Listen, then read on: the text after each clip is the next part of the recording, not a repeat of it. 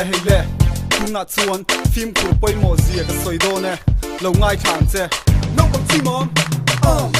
te kan tong ve ya sai lai di asak me la tu asatum boxi ma se ka tong suole ka han de tiena de tien ta ka hong lo ngai zong ka tu me la ka zong ka zon chu ka mu mel tra ka tong ma se ente ka ti suol kat a mel chuan ni yalom ka mi zong tak a mel en chuan en ki ma dik vek fo don a piang in a ngai cigarettes ente a hat to a rong chocolate ama mo toothbrush le colgate a mel tra ma se a thoa u kat chu a lom ke chong ka nui zat ka te kin ber chu ek muam ma se ka ten zok chu mi le chuan en mai chuan a mel chu a fai ma se a ke korte khu angai chu ti chung chong ka pom mai don ni la we kal san ro songi kan tong ve ya sai lai di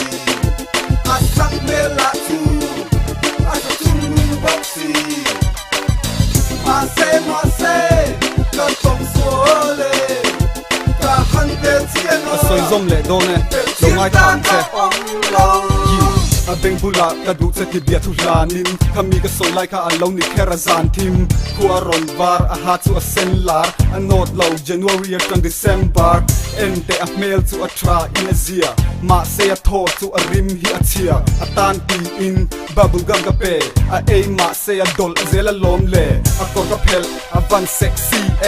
o ka soi so la van sexy ve a noi lam ka pel ti chuan ente engelo theng under pen na va ma se ente a ka pa eng he tu hi ka cha du che ngai tha la eng zok ngai du le min hanga yan ni chuan ni han not ro I in bual lo an ni chuan a to ha tong ve ya sai lai di asak me la tu asatum boxi ma se ka tong suole ka han de tiena de tien ta ka hong lo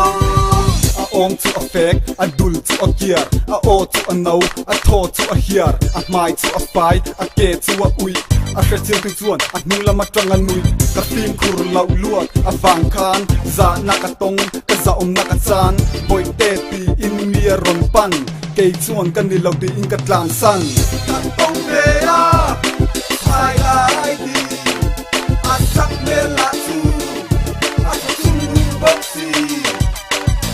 ma se ka tong suole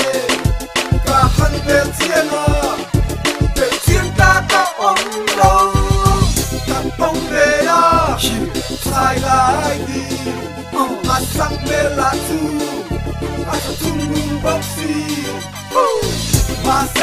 se ka tong suole